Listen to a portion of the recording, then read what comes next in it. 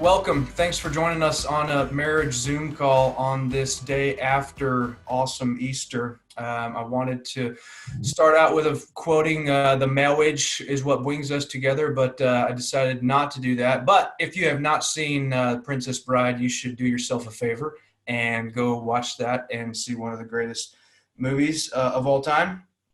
Marriage is one of my favorite topics to teach about. It's one of my favorite topics to read about and to study about, partly because I love marriage and I love my wife, and it's just a fantastic life being married to her. But I think it's just fascinating the way God's designed marriage to work. And so I'm not an expert, but I've read and studied and preached and taught on it quite a bit. So I hope what I have is helpful for you in whatever season of life and whatever season of marriage that you're in. Marriage is beautiful, it's fulfilling, it's awesome. It can also be, as you know, really difficult.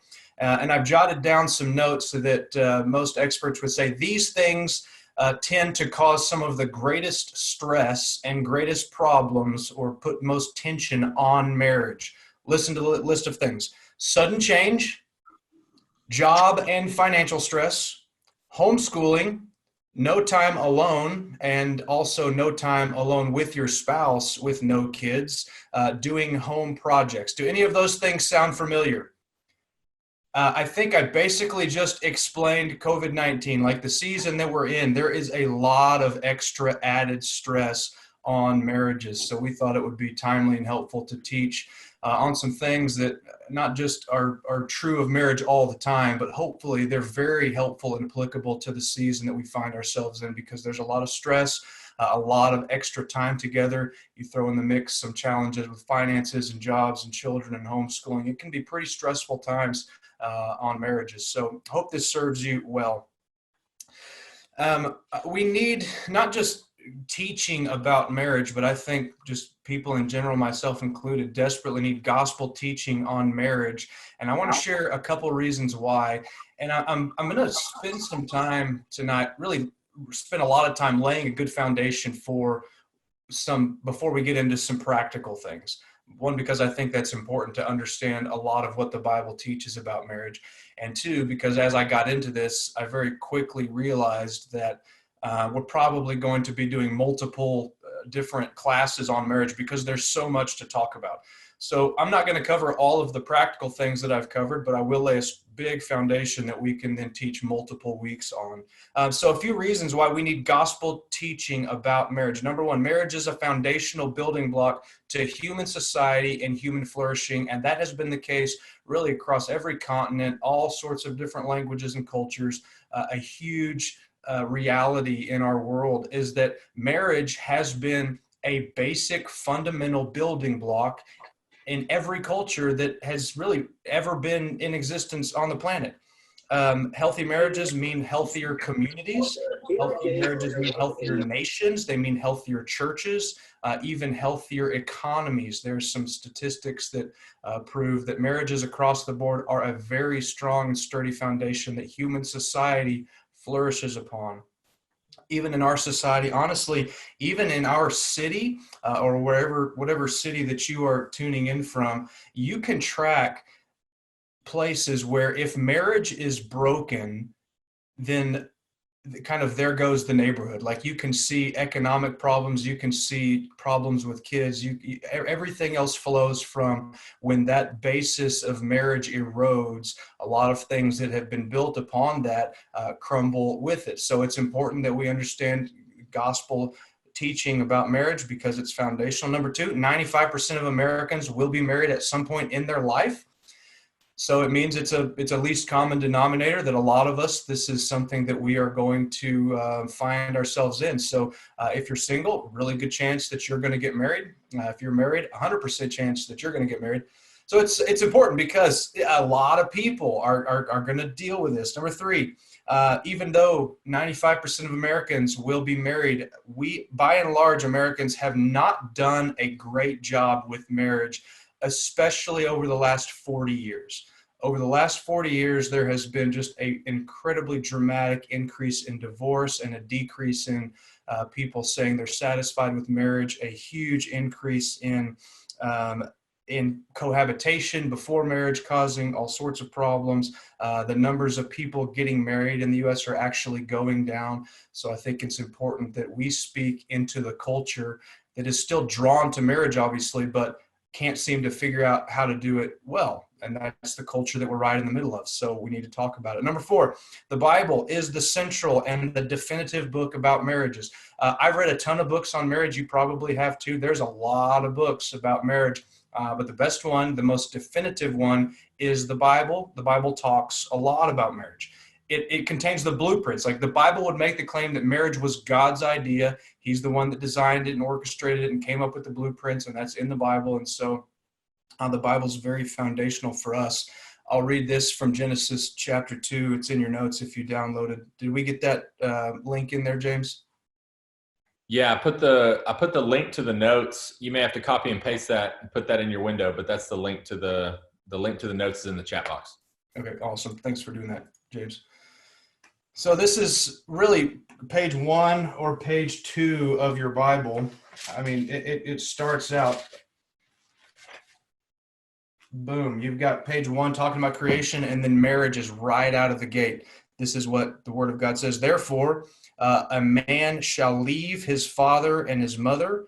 And this is interesting because this is being spoken to a dude named Adam who did not have a father, did not have a mother. This was setting the trajectory of God's design for marriage. He says, therefore, a man will leave his father and his mother and will hold fast to his wife, and they shall become one flesh. And in Genesis 2, you see the genesis, I guess, the beginning or the blueprints of marriage. Marriage was God's idea. The Bible itself, this is interesting, it begins and it ends with a wedding. The Bible begins on page 1 or 2 in Genesis chapter 2 with a wedding. Right after creation, God says it's not good that Adam should be alone. So he makes Eve, and then boom, you have a wedding. And then the very closing pages of your Bible, you have this wedding where the church is united forever with Christ. So it's a very center and profound idea and concept in the Bible. And so it obviously, if it's the first thing in the book and the last thing in the book, marriage communicates something to us about God and his heart and his design even for us. Number 5, fifth reason why we need gospel teaching about marriage. Jesus held marriage in a very high regard. He affirmed Genesis chapter 2 and God's design for marriage. He preached quite a bit and taught about marriage and divorce.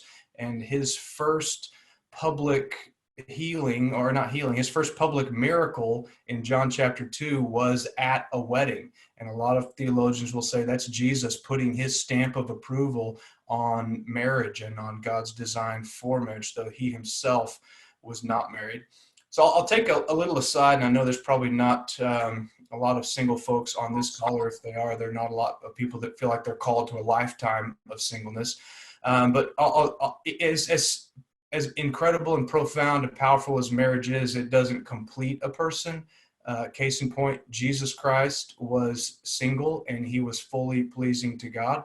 And I always, think about and talked about quite a bit from the stage that he's a little unique because it would have been very difficult for Jesus to not be unequally yoked. I don't know if you've ever thought about that, but imagine the pressure if you were like married to Jesus and then something came up and every single time you had to say, "Guys, I'm sorry, it's not you, it's me." And it was just like, it was right all the time.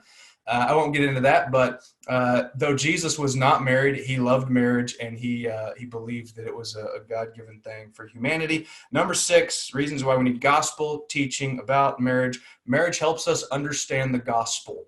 If you understand how God has designed marriage, it helps you understand the gospel.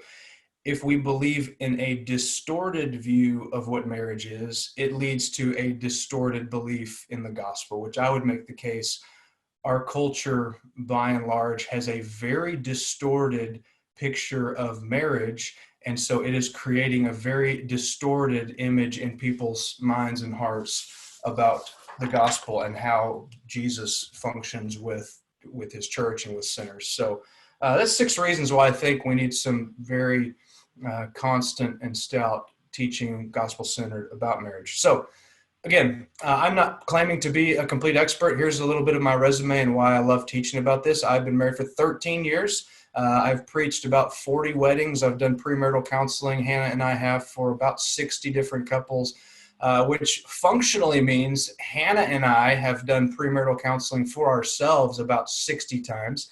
And every time we do it, we're reminded of something or we learn something new.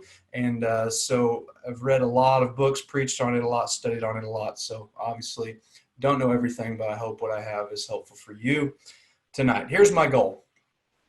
My goal for the next 45 minutes or so is not to be exhaustive and to cover every topic there is on marriage. That's impossible. There's a lot of information out there, some fantastic books that I'll recommend to you here in a little bit. So that my goal is not to cover every base on marriage, but honestly, my goal is to speak some truths and hopefully some practical tips right in the middle of this situation that we find ourselves in. Some of the craziness of being quarantined and a lot of the added stresses. So I hope this is helpful to you. So here's what I want to do. I want to define what marriage is and look at a couple purposes of marriage and then give you some pretty practical things that I think will help you in this season. Sound good? Everybody still with me? Give me a thumbs up if you're good to go. All right. What is marriage? I put a definition that I came up with in your notes there, and I'll read it to you. It's God's design, and this is putting together some of the pieces that I've read in the Bible about marriage. Marriage is a lifelong covenant relationship between a man and a woman for our enjoyment, for our growth in Christ, for providing a safe place to raise godly children, and to display the gospel to the world.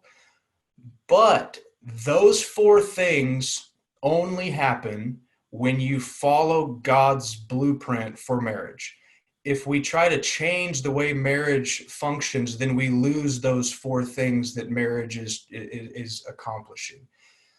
So if we treat marriage like it was designed to be treated, which I believe is a lifelong covenant between a man and a woman, which from beginning to end in the Bible, that's how marriage is described. If we treat it like a covenant, okay, covenant is very different than contract. Contract is I hold up my end of the bargain, you hold up yours. If either party defaults, then it's over, we're done, we're walking away. Covenant is, for better or worse, I am in this and I'm committed to you based on my commitment to you, not on your actions. So if we treat marriage like a lifelong covenant, then those four things actually have an option to take place. If you treat marriage like a covenant between a man and woman for life, over time, it will be awesome. It will be enjoyable. I believe that. Number two, it will cause you to grow in your relationship with Christ. Number three, it will be a natural and a safe place to raise godly kids that love Jesus. And as Psalm and Proverbs say, then launch them into the world like arrows in the hands of a warrior, right? And number four, if we treat marriage as God has designed it, then it's a visual aid to help the world understand the gospel. However, if we come at marriage like our culture says, where it's not a lifelong covenant between a man and a woman, but it's just a temporary contract to try to provide us happiness, then we don't get those four things.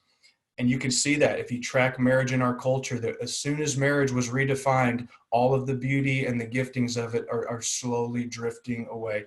If we treat marriage like our culture wants us to, like a contract to make us happy, one, it's not that enjoyable. In fact, the people that I've counseled, it can become a nightmare when two people come into a marriage to both take. If you have a husband and a wife that come to a marriage and they both just simply want the other person to give to them and to make them happy, if two people show up to take and nobody shows up to give, that's horrible. And that will be a nightmare of a marriage, right? But if two people show up to actually give, then everybody wins. So if you treat marriage like our culture wants, it's not enjoyable. Number two, I think it doesn't make us grow in godliness. It reinforces sinful habits that we have. Number three, it doesn't provide a place to raise godly children. It actually pushes children away from the faith and away from Jesus. And number four, it doesn't help the world understand the gospel. It distorts and gives a hurtful version of the gospel. So there's a lot at stake for us understanding God's design for marriage. So, what is the purpose of marriage? I'm glad you asked. Number one, intimacy. I don't know why, but at some point I feel like the word intimacy got hijacked a little bit, and it's kind of been relegated into the world of like that's just kind of something for females, or it's kind of been feminized. Maybe that's just me. That's not the case in the Bible. Intimacy is it's a very strong, powerful word, and that's one of the designs of marriage. And I want to read a quote that is incredibly has been incredibly powerful to me over the years. And it's a quote by Tim Keller talking about God's design for intimacy to be found in marriage and how we all really deeply desire intimacy. And I define intimacy as being both fully known and fully accepted. If somebody absolutely knows everything about you and yet they still love you, they still like you, they still accept you, that's the deepest craving in the human heart. That's why, even though marriage is difficult, we're drawn to it because we deeply, deeply desire for intimacy. We want people to know who we are, but we're terrified that they're not going to accept us. So this is what Tim Keller says. He says, to be loved but not known is comforting, but it's superficial. And to be known but not loved is our greatest fear. But to be fully known and truly loved is, well, he says, a lot like being loved by God. It is what we need more than anything. It liberates us from the pretense. It humbles us out of our self-righteousness, and it fortifies us for any difficulty life can throw at us. So here's my case. If you can only have intimacy if you want a gospel-centered marriage, because unless the marriage is a covenant between a man and a woman for life, there is no option for intimacy. You will always be scared if you let the other person know things about you. If they really knew everything about you, they would walk away. And so there's a tendency to, unless you have a covenant marriage, to hold some things in and never truly be fully known, because you're terrified that if you're fully known, you won't be fully accepted. And so one of the purposes of marriage is to have a place where you can just bank on the rest of your life. You will have intimacy with another human being. Somebody else will know all of your flaws, all of your problems, all of your sin, all of your habits, and yet still love you. And as humans, you need that. And so God's provided a place in marriage for us to have that on a human level. So purpose number one, intimacy. Purpose number two, to learn something. There's something that marriage is supposed to do to us. So we get in marriage and we're supposed to learn some things. A covenant marriage is designed to make us more like Jesus. I would definitely write that down, because that is not what our culture would say is the purpose of marriage. A high purpose of marriage is that we would be made to look more like Jesus. So play this game with me for just a second, if you would. Imagine your God, which is a difficult thing. Probably it's difficult for me, probably not a healthy thing to do all the time, walking around pretending to be God. But for a moment, pretend that you're God and you've created all these people and they're all kind of messed up and selfish, and you want to create a process by which they all end up looking like Jesus. All right, so you've got people that are broken and you've got Jesus and they don't look like him, but you want them to. What would you do? And one of the things that that God has done in order to make us more like Jesus is by giving us the tool of marriage. Marriage is a tool to make you more like Jesus. And sometimes there's just some things that we need to learn if we're going to be like Christ that you can't learn from a book. Like, none of us have learned forgiveness from a book, right? We haven't learned patience from a book. Imagine if the only concept of patience you had was from Wikipedia, not from being in a relationship where it required patience. So, in a gospel marriage where you believe that you're in a covenant with another man or another woman, and the point of that is to make you more like Jesus, here's how that's so different than the world's definition of marriage. In a gospel marriage, when you're married and then something happens in your marriage, the other person does something to you that brings you up to the point where all of a sudden now you have to decide if you're going to forgive them or not. They deeply deeply hurt you or wounded you. And so you're at the point where you have to decide if you're going to be patient or you're going to forgive. You're going to have to decide if you're going to be patient with them. You're going to have to decide if you're truly going to be loving. You'll be drawn to the point in marriage where you have to sacrifice something, maybe some comfort, maybe one of your lifelong dreams or goals. And in the gospel marriage, when you're drawn up to that point, something should click in us where we realize, okay, I'm at the starting line. And from this point on, I'm in this marriage so that this marriage can teach me how to be like Jesus. So for a Christian, those moments where you have to learn to forgive, to be patient, to truly be loving, and to be sacrificial, that's the starting line for us if we understand marriage is designed to make us like Jesus. Now, the way the culture defines marriage is no. Marriage is just to make you happy. And if it doesn't do that, you need to bail. Okay, so this is how it works out if we don't see marriage the way God does. I'm in marriage, something happens, my spouse hurts me, and all of a sudden my deepest desires aren't met. I'm not happy. It's taking its toll. And I'm presented now with a situation where I'm given the option to forgive. My spouse has hurt me, and I get the option to forgive them. I get the option to be patient with them, to truly be loving, or to sacrifice. And if we define marriage the way the culture does, that it's just to make me happy, it's at that moment that they abandon marriage. When they get to the starting line, the culture says, no, this isn't making me happy. It's time to divorce, time to move on, time to find somebody else that can make me happy. And that's a dramatic difference where if you abandon marriage in those moments, you short circuit God's design to use that marriage to make you more like Jesus. You just can't learn to forgive like Jesus has forgiven us by reading about forgiveness in a book, but you can learn to forgive and be like Jesus if your spouse hurts you deeply and you choose to forgive them. You don't learn patience from reading about it in a dictionary. You learn patience from being in a covenant relationship with somebody that's also broken and sinful and damaged goods just like you, and yet you're drawn to a moment where you have to be patient. We're never going to learn to truly love like Jesus has loved us by reading about it only. So that's why God has designed this marriage for us to have a place where we learn to look like Jesus. So there's part of marriage, that second purpose of it, we're supposed to learn something. Marriage is designed to do something to us. Third purpose of marriage. Marriage is designed also to do something through us. We're supposed to use our marriage to display something.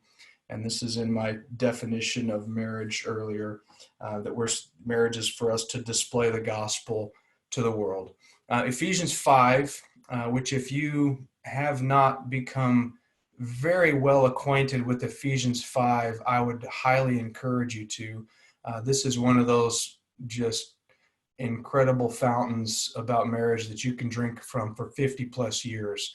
I've been going back to Ephesians 5 for 20 plus years now, studying and thinking, and just, even though it's a small chapter, it's just filled with some incredible lifelong wisdom about marriage. And this is what it says. Ephesians 5 is written by the Apostle Paul to some Christians in a church called Ephesus. And he's talking about the gospel for 3 chapters, and then he starts getting into the second 3 chapters, the implications of the gospel and how the gospel changes every relationship. And so no doubt he winds up talking about marriage quite a bit. In Ephesians 5, he says this, therefore, and he's quoting from Genesis 2, Paul says, therefore a man shall leave his father and mother and hold fast to his wife, and the two shall become one flesh, which we already knew. Yeah, marriage is about a man and a woman in covenant relationship for life. And then Paul says, this mystery is profound, but I'm saying that it refers to Christ and the church. So there's a lot at stake for Christians laboring to live out a gospel marriage, because what Paul is saying, he says this relationship between Christ and the church, God has tried to put it in live time using us, kind of as little small scale models, so that the way husbands treat their wives and the way wives treat their husbands should convince our neighbors that the gospel's true. It should teach our neighbors something about the gospel. So yeah, the 3 big purposes, and there's more than this, but 3 huge purposes for marriage is intimacy, be fully known and fully accepted. to learn something, or what marriage does to us, help us look more like Jesus, and to display something, what marriage does through us, help us display the gospel to the world. And I think if we do that well, then the byproduct of a godly marriage is it's just enjoyable. It's fun. It's awesome. It's fulfilling. But that's not something that you aim at. You don't walk into a marriage thinking, okay, I want this to be enjoyable. You walk into a marriage searching for intimacy, wanting to be more like Jesus and display the gospel to the world. And then one of the byproducts of that is it becomes one of the most, I believe, incredible and fulfilling relationships that you can have. Because if you have two people, I mean, think about this.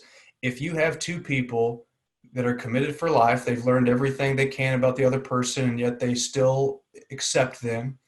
Both people are committed to looking more like Jesus. Who wouldn't want in that relationship, right? Who wouldn't want in a relationship with somebody else that's as committed to trying to be like Jesus as much as you are? So over time, that just produces some of the most incredible fruit, I think, that can be imagined. So joy and just enjoyment in marriage is a byproduct. So I know that's a pretty hefty foundation.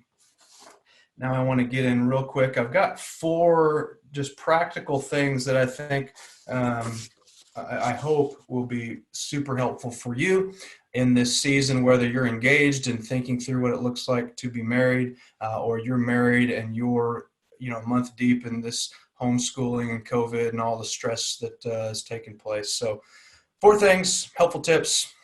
Number 1, it's incredibly helpful to understand love and respect. I keep having this temptation to tell you to say, everybody say love and respect, but since you're all muted, I wouldn't be able to hear it anyway. So I'm going to try and fight the urge to do that.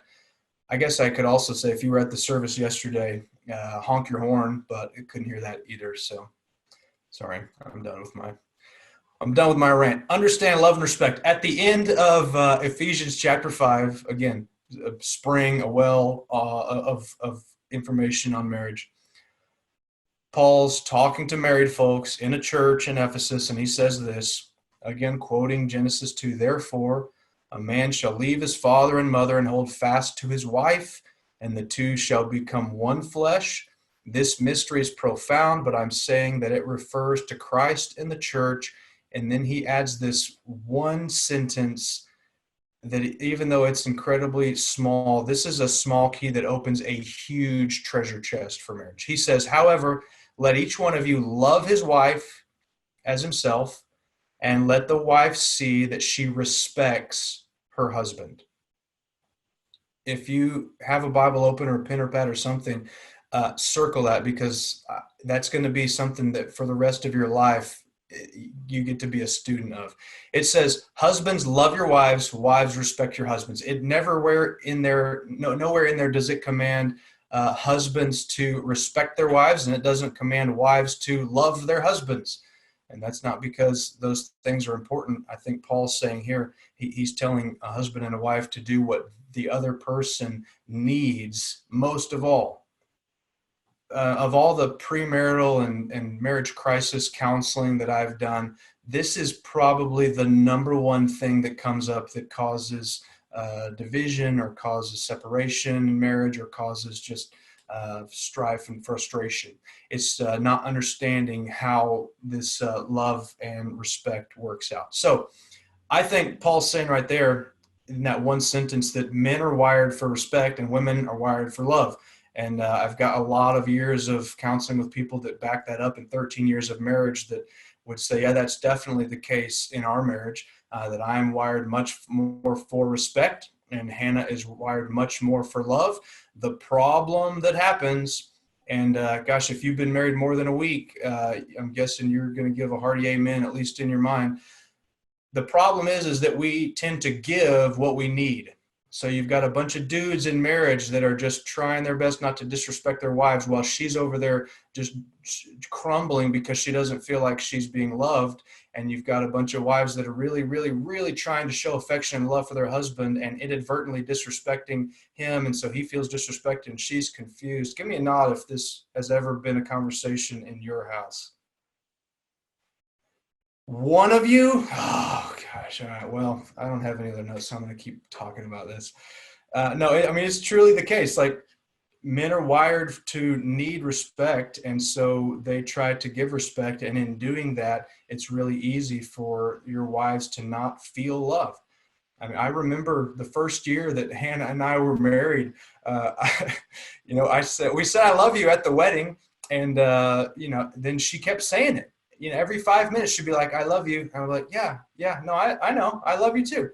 And then, I'd walk out and get something out of the truck. Oh gosh, I forgot. I got to run back in. I'd run back in. And then she'd say, "I love you." He's like, "Yeah, yeah, I know. Yeah, you just told me." And so I just was a little dim maybe and a slow learner. And I realized, I was like, oh my gosh, like she needs to hear that pretty often. I don't need to hear that often. Like she told me she loved me at the wedding, so I'm kind of good. So I guess I had to learn the hard way that I had to rewire my brain, that I felt like though I wasn't disrespecting her, she was not feeling loved by me.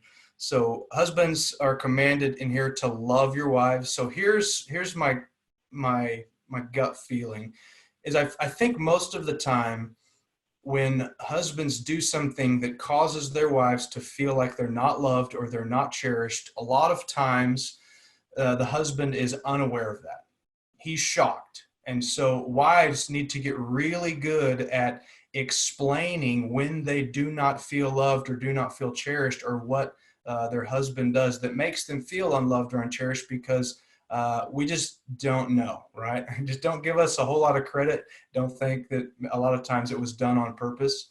And a lot of times wives will do things that disrespects their husbands, and they will, I mean, I'm serious, they'll be utterly shocked. And if the husband says, "Hey, when you said that or did that, it really made me feel disrespected," she's like, "Really? I had no idea," because she was trying to love, and in trying to love, it's very easy to disrespect. So this is what makes marriage sometimes just really frustrating. When you have a husband and a wife, husband's designed to need respect, and so he's giving respect. Wife is designed to need love, and so she's giving love. So they're both trying really hard, and they're both missing, and everybody's frustrated, and you don't know why. It's not because of lack of effort. Like that's a number one thing that I've dealt with in marriage, is that the husband feels disrespected and they can't talk about it in a healthy way, so he just blows up. Wife feels unloved. They can't talk about it in a healthy way, so they just get angry and give the cold shoulder. So my challenge for this season is, husbands, if you feel disrespected, you need to come up with a very healthy way to explain that, why that makes you feel disrespected. And wives, listen to it. I wrote down in my notes here that men, as you learn to communicate what makes you feel disrespected, wives, I encourage you to believe it even when it doesn't make sense to you. And on the other side of the equation, encourage wives to learn to communicate what makes you feel loved, what makes you feel cherished, what things make you feel unloved and not cherished. And then men, believe it even if it doesn't make sense. And it's really hard to teach this because I can't read the crowd to see if this is jiving with you or not. So I'll just pretend it is. So number one, practical tip, understanding love and respect. And there's a fantastic book that is actually called Love and Respect that's unpacking this idea, and it's unpacking Ephesians 5:33. That's super helpful. All right, number two, just practical tips. Number one was understanding love and respect and committing for your lifetime to learn to speak a different language, and men learning to speak a language of love, women learning to speak a language of respect. Number two is to have some date nights. Have some date nights. I know it's difficult, if you don't have kids, like every night is date night. I mean, this could be the most incredible season of your life. Like, this is awesome. We just don't get to do anything else except date night, date night, date night. Miss those days. So if you do have kids, this is probably more pertinent for you. But our pastor years ago mentioned and talked about just the importance of date night. And so Hannah and I, when we were newlyweds and did not have kids anymore, we early on made it a habit, even before we needed to have date nights. So if you're engaged or you're married with no kids, I would encourage you to go ahead and make it part of your weekly or monthly routine now, because it definitely gets harder to do as life gets complicated and kids enter the picture. But I would encourage you to have some date nights. I mean, pick a night, put the kids to bed early, set up a card table or have dinner in the bedroom. You have some kind of a meal. Doesn't have to be anything fancy. And I know a lot of you are stressed, and there's a lot of very stressful things happening in your life, dealing with learning to homeschool and the challenges of all the different teachers' assignments and the stress of not knowing if you're going to have a job, or maybe you've already lost a job. So here's what I would encourage you if you have a date night during this season. Over the years, Hannah and I have tried to do date nights every other week. And we have certain seasons where if we're really stressed, then we'll set some rules on date night. And one of the rules is we will not talk about kids, which is actually harder than it sounds. I remember the first time that we enlisted that rule, we just kind of sat there and stared at each other because we didn't have a whole lot else to talk about because our world was dominated by them. But they're leaving. Like, I'm praying to God that all three of them, when they turn 18, we launch them out as Christians in the world. So they're leaving. So it's not a healthy thing to build your marriage around your kids. So one of the rules, don't talk about kids, because that's going to be a stressful conversation. Maybe don't talk about finances. Maybe don't talk about your job. It could be a very helpful thing for you to have a date night where your entire goal is to stare at your spouse, have fun, laugh, be friends, and just be reminded of why you love each other. It might be helpful to just set some ground rules for that. Obviously, there may be some times where you have issues you need to work through, like maybe there is a financial issue that you have to talk through. Date night is fantastic to get away and talk about those things. But if you're stressed and just need to reconnect, set some ground rules around some date nights, have them at the house. They don't have to be expensive. You don't have to get out. I had a date night. I was actually not with Hannah last week, but with Paisley, my 7-year-old. And we just set up a card table and ate mac and cheese in the bedroom and played Uno and talked, and it was super fun. So do that with your spouse and just be friends. There's sometimes some difficult seasons in life and in marriage. You know, when you have a newborn, sometimes it's just survival mode. I know the valets are dealing with this. They have a newborn with colic. We had a newborn with colic, and it really was, we just have to survive this season and get through it together.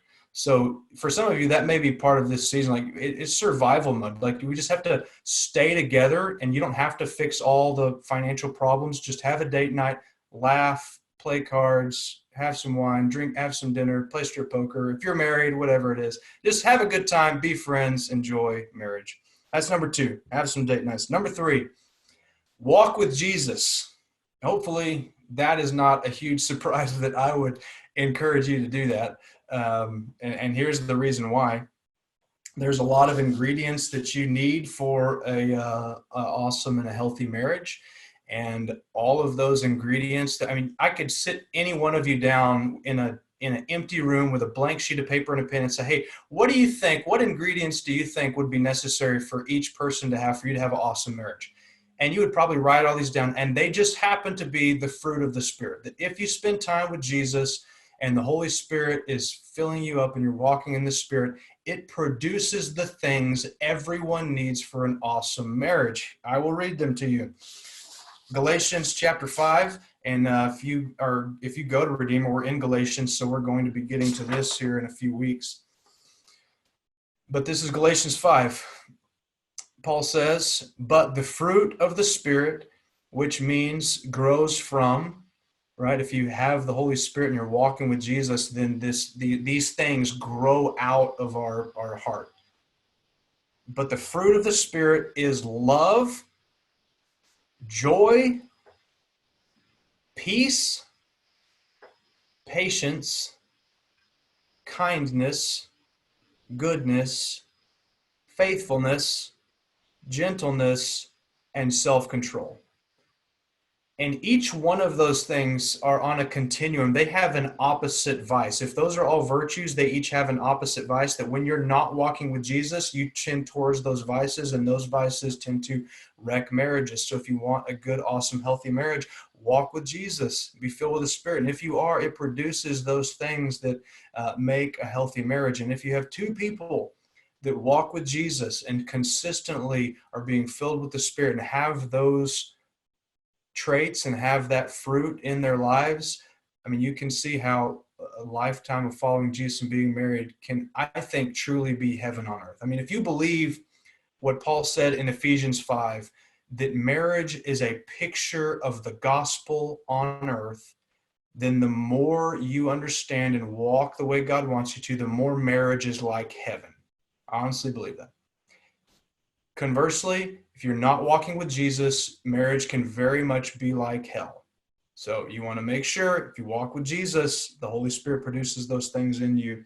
And so in this season, in this COVID season, find some time to pray, find some time to read your Bible, maybe find some time to fast, find some ways in your new rhythm of life that help you daily walk with Jesus so that those things are produced in you. Number 4, practical tips on marriage during this unprecedented time is to learn to love like you have been loved. And this one is pretty theological, but it's incredibly powerful and profound. This scripture, I'm sure you've all read it. You've all seen it on t-shirts and mugs. If you've been to a wedding, it was probably read at the wedding.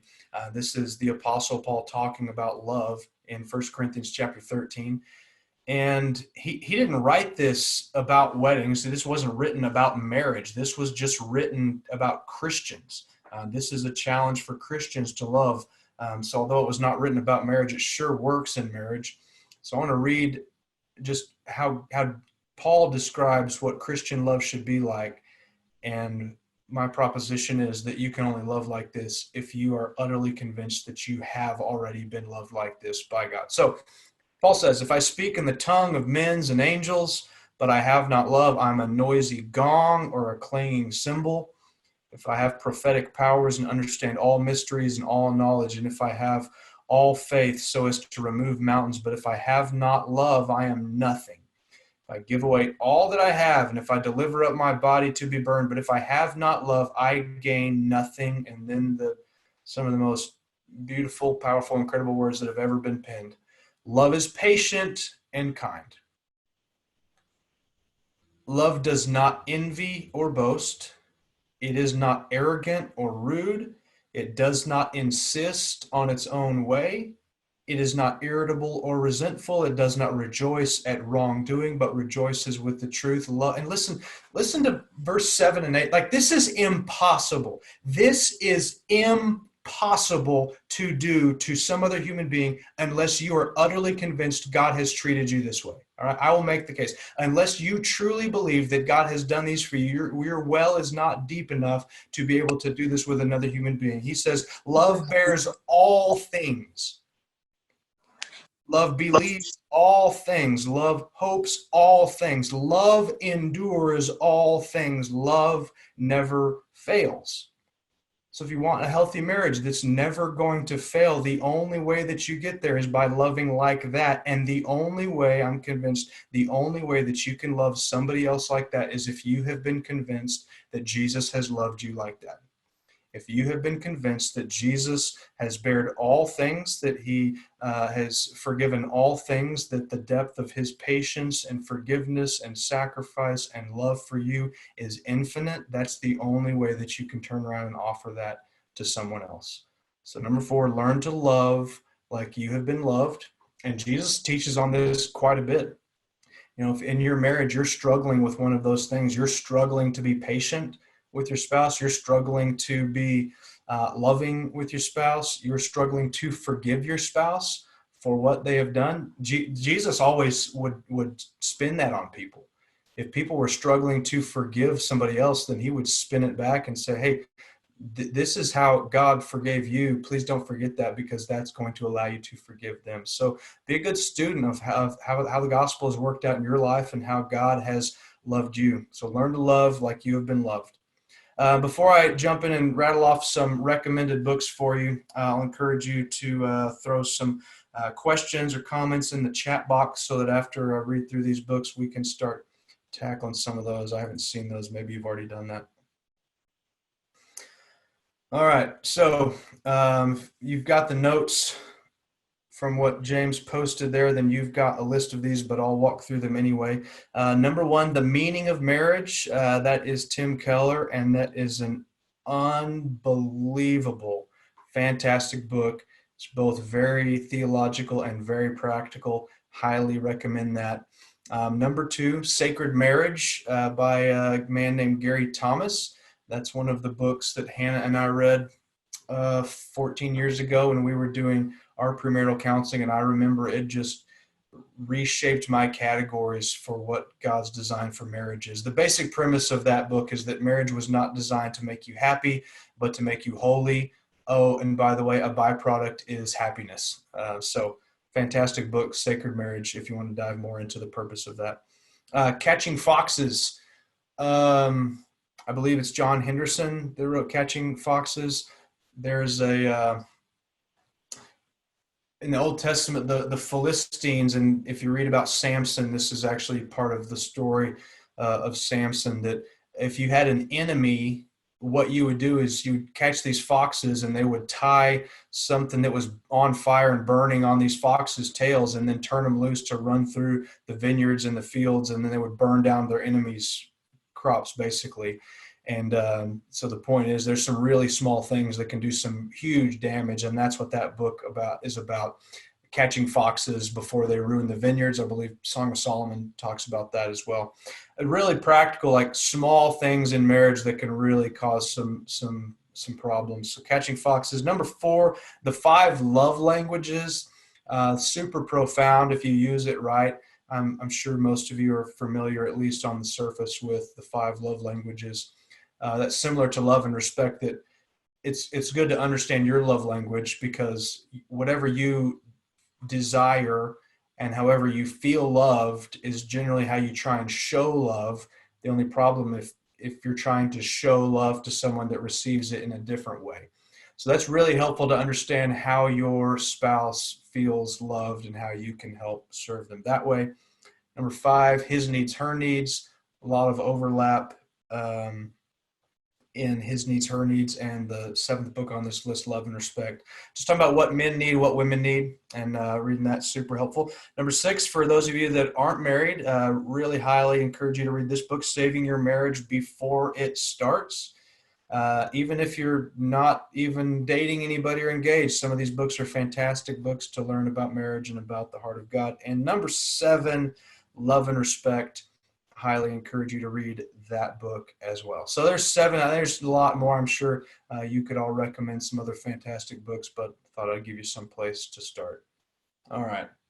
James, I haven't kept up at all with the chats. Have we had any questions or anything pop up? Yeah. Awesome job, Jason. Appreciate that. We've had a couple of questions, and Kellyanne just wanted to remind everybody that on Right Now Media, which if you're a partner with Redeemer, you should have access to that, but they have the Love and Respect series on there from the book, I guess, the video series on Right Now Media, so you can access that. So just throw that out there for everybody. And then we had a question come in asking you, Jason, when you were talking about love and respect, and you said that it's possible for a wife to disrespect a husband while trying to show love to him. And could you give an example of that? Like a wife trying to show love to her husband and she can somehow disrespect him. Is Hannah still on here? She could probably give a better answer than I could. Oh gosh.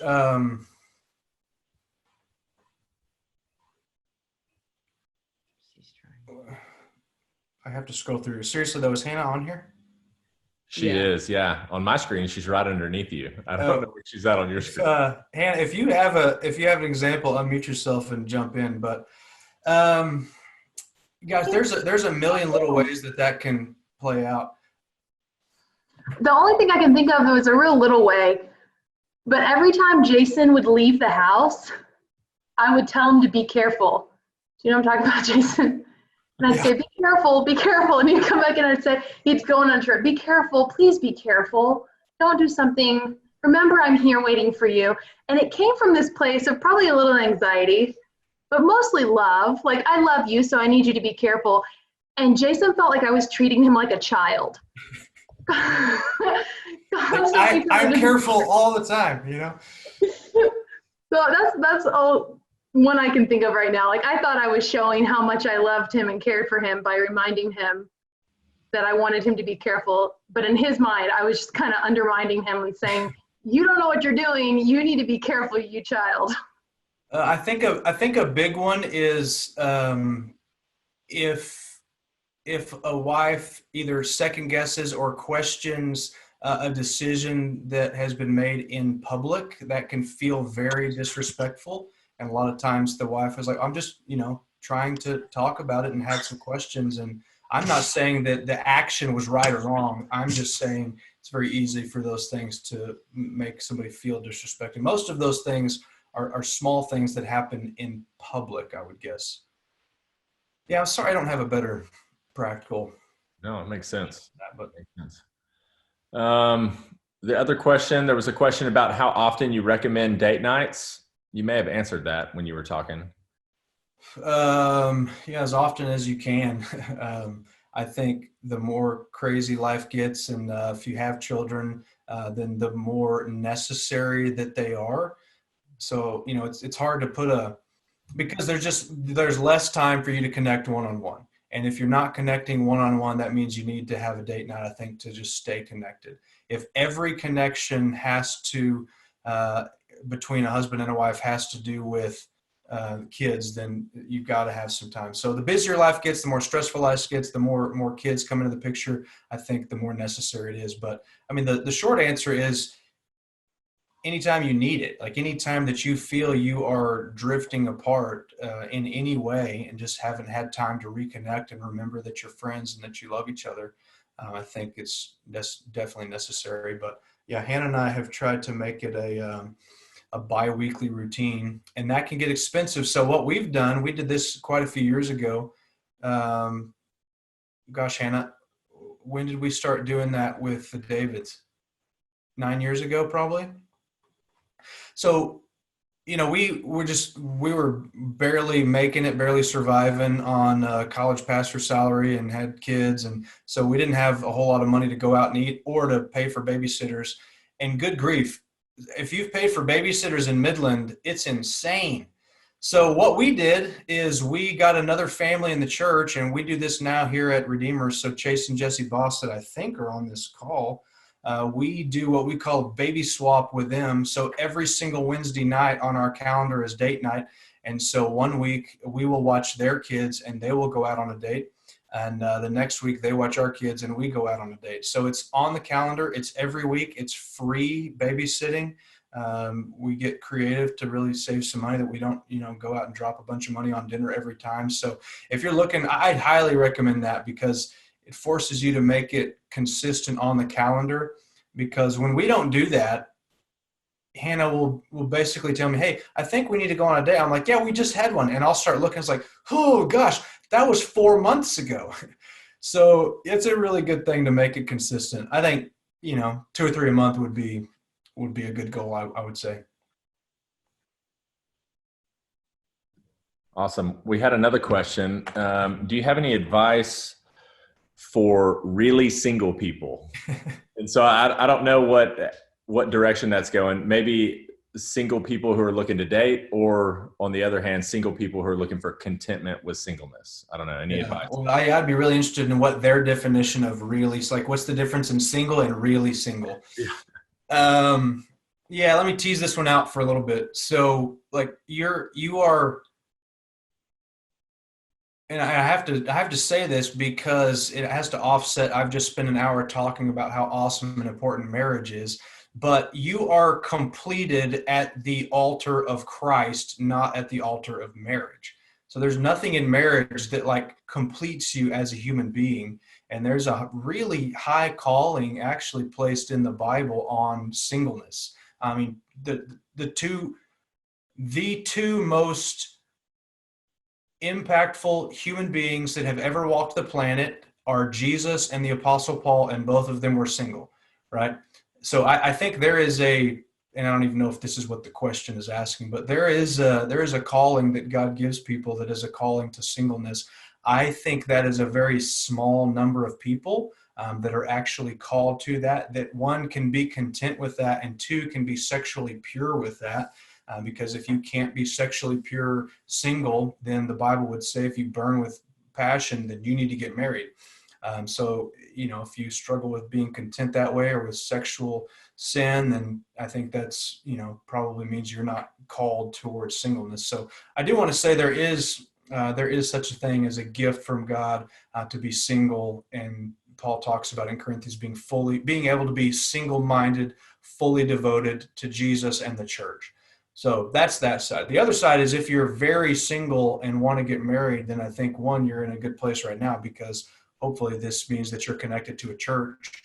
I think the wisest thing you can do is be around a lot of godly women. And oh gosh, there's a lot of godly single men and women at Redeemer. And I get this question all the time, and it's super, super frustrating. I don't even know. Some people are smirking, so I don't know what's going on, if there's some chats going on or if there's some maybe texts going on behind the scenes. But no lie, this happened to me and Hannah maybe a year or two ago.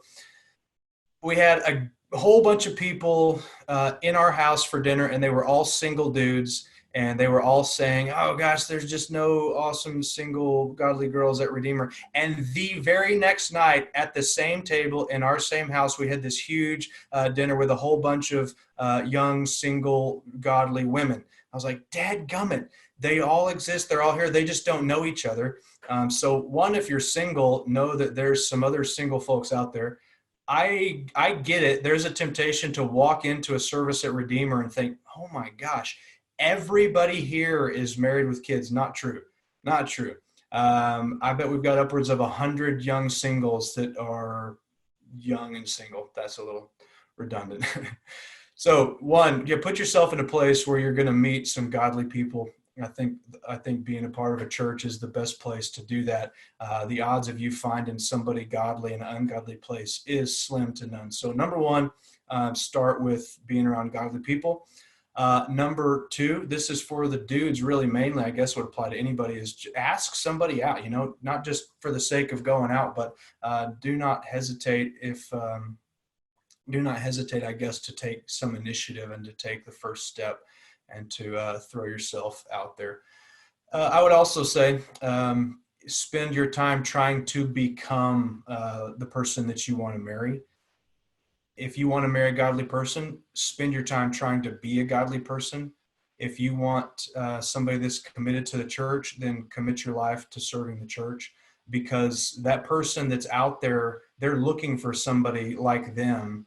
And if you are, you're partying hard and looking for a godly girl, she's not going to fall for it, right? So if you want somebody that's godly, then work to become the kind of person that person would want to spend their life with. So yeah, really single. I guess the last thing I would say is just be really content and serve the church. I think it's been so fun at Redeemer to see people that have now met at Redeemer, become friends, gotten engaged, and gotten married. And now some, I don't even know if it's public knowledge, are having a baby. No? Well, don't. Yeah, okay. Yeah, so it's just super fun. It's like, what happened? I don't know. They were both serving Jesus together in church and love each other and got married. So serving the church, serving the kids. Ladies, if you're single and looking for a godly dude, go to Redeemer Kids, okay? This is unbelievable to me. One of my favorite things about Redeemer is I think last Gina and Lauren told me, a little over half of the servants and volunteers in Redeemer Kids are dudes, which is incredible. I love that men and women are getting to serve the church. So you go find a dude that's given his life for the bride of Jesus, because that's the kind of guy that you want. So look for people that are loving and serving. Be the type of person that's loving and serving. Put yourself in a position to meet godly people and get married. It's a long answer to a short question. That's good, man. Anything else? We've had a couple of good ones come in. You got time for one or two more? I got time. Hannah, do I have time? I came to the office because our internet went out, but I'm seeing Hannah, so I'm guessing, is the internet back on? Internet's back on. All right. Here's the first question. What do you think about starting a family with times like these? And I'm assuming they're talking about bringing kids into the world in the state that the world's in right now, just a crazy, dark, broken place. Yeah, Ecclesiastes says there is nothing new under the sun. This season is not any darker or more evil than it was before the flood in Genesis 6, right? Like it has been like this forever. And sometimes C.S. Lewis would call this chronological snobbery. Like sometimes there's this temptation to think, oh my gosh, it's never been this bad. Yeah, no, read the Old Testament. It has been this bad. It's been like it's always been bad. And so part of God's design, I think, is for Christians to have kids and raise them to love the Lord and to launch them out into the world. If Christians stop having kids, then the world's in a heap of trouble.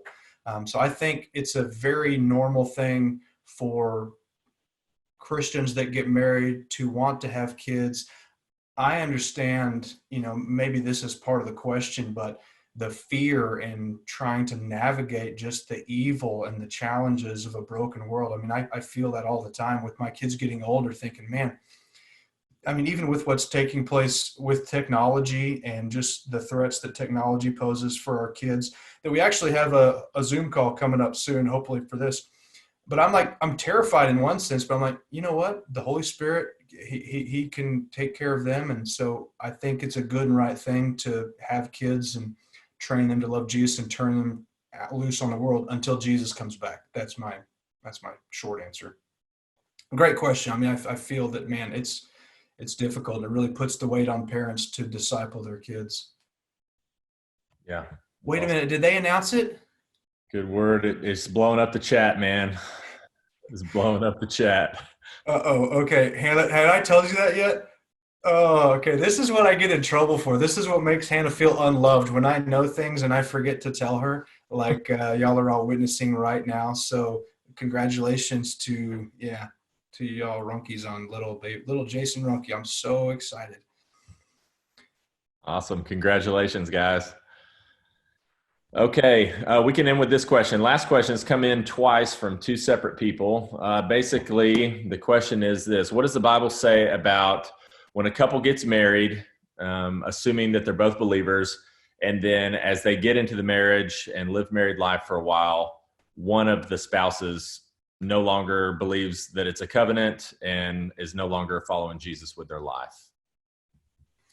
Yeah, that again is not a new thing. Paul deals with that pretty precisely. I don't know that Paul talks about the situation where somebody walked away from Jesus, but he definitely talks about a situation where if you have two unbelievers and one of them becomes a believer, then Paul encourages that in that situation, it was a wife to stick it out and to love her husband and to be absolutely committed to the covenant, even to a man that doesn't love Jesus, to honor the covenant and to honor Jesus and to hope that by her actions, she can win him to the Lord.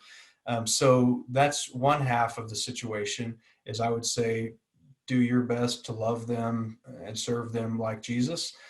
The other half is, especially with the laws in our culture, that it really only takes one person to get divorced so they can walk away from you if they decide that it's not a covenant for you and for them. And sometimes there's just nothing you can do about it.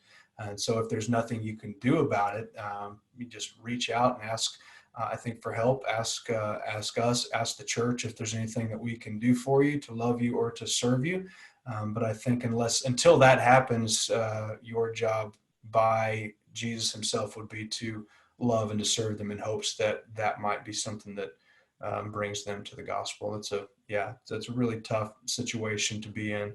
And then that's a daily decision, I think, for that spouse to wake up and fueled by the grace of God to live that out. But that's the calling that Paul gives nonetheless. It's a great question. Anything else? That's it, man. Awesome. Maybe a thumbs up or a thumbs down whether 'cause I've got a whole bunch of other things and topics on marriage that I would love to talk about. How many of you would tune in if we did a marriage Zoom part 2? Is my wife thumbs up or thumbs down? Okay, good. And for those of you, I noticed a few of you joined on that don't go to Redeemer. Some of you I know from years, churches, and cities in the past. So super fun to see y'all jumping in. Ponce, how's your leg doing, man? Okay, so yeah, one guy on here, Ryan Ponce, I took him working out on a ranch one time when he was just a single man, and he set a running chainsaw down on his leg and sliced it open pretty good right above the kneecap. But man, hey, it's good to see you're fine and well. I miss you guys for sure. All right. Well, thanks for making some time on Monday night to join us. I hope that's helpful for you. I saw one other chat. Looks like John Mark says, is 5 years too long to be in crisis mode? Did you post that, John Mark? Okay, so John Mark and Brianna are due. This is public, right? Yeah, they're due with baby number 3, and they live in a tiny home with some pets and some llamas. The llamas don't live in the house, but they have them. So yeah, it's a girl. Really pumped about little Jacina Eccles. That's super exciting. Yeah, so, well, if it was anybody other than the two of you, I would say 5 years in crisis is a long time, but y'all are incredible people, so I think we just keep serving Jesus and getting ready to build tiny homes. And excited for little Eccles number 3, and love the mustache, if I haven't said that enough. All right. Well, thanks for tuning in. Love you all, and we'll see you down the road. Thanks. All right, guys. We'll see you.